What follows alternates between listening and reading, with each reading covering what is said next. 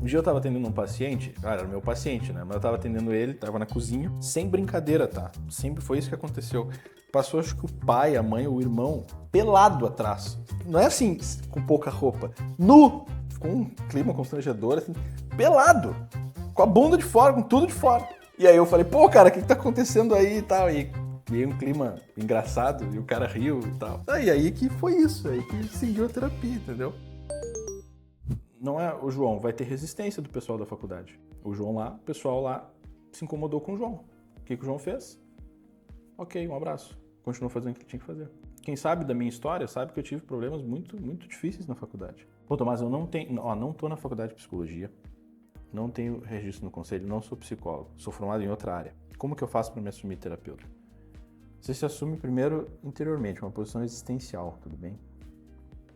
Depois é uma questão mais de estratégia, de marketing, posicionamento. O paciente não está nem aí se você tem formação em psicologia, meu filho. Tá nem aí. Nunca nenhum paciente me perguntou onde eu me formei. Nunca nenhum paciente perguntou se eu era formado. Sou psicólogo, fiz faculdade, tal. Nunca, não importa isso para os pacientes. Mas assim, não tem crime algum, não está errado, beleza? Só que a gente precisa ter estratégia no tempo que a gente vive. Principalmente quem está na faculdade. Porque pode chegar assim e dizer, caramba, o sujeito nem fez psicologia e está se apresentando como psicólogo. Aí a gente tem que ter o argumento. Não, psicologia não é privativa de psicólogo, você não precisa ser formado em psicologia para ser psicólogo, para ser terapeuta. Aí você tem que ter o argumento para se defender. Mas assim, saibam que provavelmente na faculdade vai ter alguma resistência. Quem está na faculdade, pô, vamos lá, Vitória, se eu fosse você, tá? Se fosse você, tu te forma no final do ano. Não assim, não pega e faz uma história, agenda aberta, pessoal, não sou formado ainda, mas tô atendendo e do conselho. Não, óbvio que não, entendeu? Óbvio que não. Claro que não, a gente tem que ter descrição. Você é terapeuta, pô. Você que já tem uma produção de conteúdo, Vitória, certamente tem gente que curte teus posts e tal, esse pessoal ele se interessa por você, são teus potenciais clientes. Conversa numa boa, fala, você vai trazer para uma sessão. Então, para quem já é formado em psicologia, você tem, de alguma forma, uma facilidade do posicionamento, né? Você se apresenta como psicólogo. Aí vocês vão começar a atender. Graças a Deus, tem alguns pontos obrigatórios nesse processo do atendimento propriamente dito, tá? A primeira coisa, uma coisa que eu chamo de postura terapêutica. O terapeuta, ele precisa expressar aquilo que a vocação dele significa. Como assim? O que a vocação do terapeuta significa? Quais são os símbolos que participam da vocação? Seja você quem for. O terapeuta é uma pessoa, por natureza, que acolhe. A natureza é o símbolo primário do terapeuta. O terapeuta é alguém que acolhe. O terapeuta é alguém que compreende. O terapeuta é alguém, idealmente, forte. O terapeuta é um sujeito, olha a postura terapêutica, seguro, profissional. Então a gente precisa não só ser essas coisas, a gente precisa expressar. Como é que a gente expressa segurança? Seja na postura física, uma coisa é eu estar dando aula para vocês assim, então pessoal, terapia e tal, é uma coisa muito boa. Outra coisa é eu estar com vocês aqui junto, você sente uma segurança com vocês, se estimulam. Olha o gesto da mão, olha o tom de voz. Terapia é uma arte, amigos. Você está num palco. A gente precisa expressar aquilo que a nossa vocação simboliza. Caso contrário, a gente não vai atingir o nosso objetivo, que é a melhora do nosso paciente.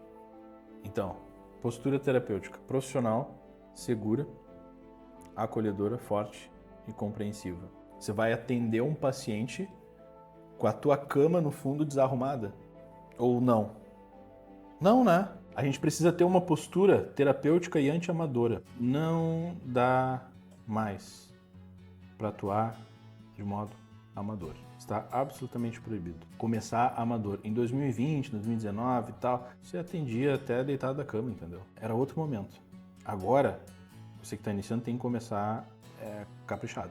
Lembra, não estou pedindo perfeição de vocês, mas o mínimo de zelo. Então, beleza. Um dos pontos ali da postura terapêutica que eu falei, e que agora a gente vai focar mais um pouco, que é a comunicação. Uma das ferramentas do terapeuta, comunicação. Comunicação não é só falar, tá? Mas falar algo que faça sentido, comunicar bem, saber o que falar com clareza, uma comunicação forte, que vai desde a postura corporal, passa pela gestualidade, passa pelas feições faciais, de modo que a gente comunique algo que faça sentido, tá? Só que para isso, para a gente comunicar bem, A gente precisa fazer algo chamado de uma leitura profunda das emoções do paciente.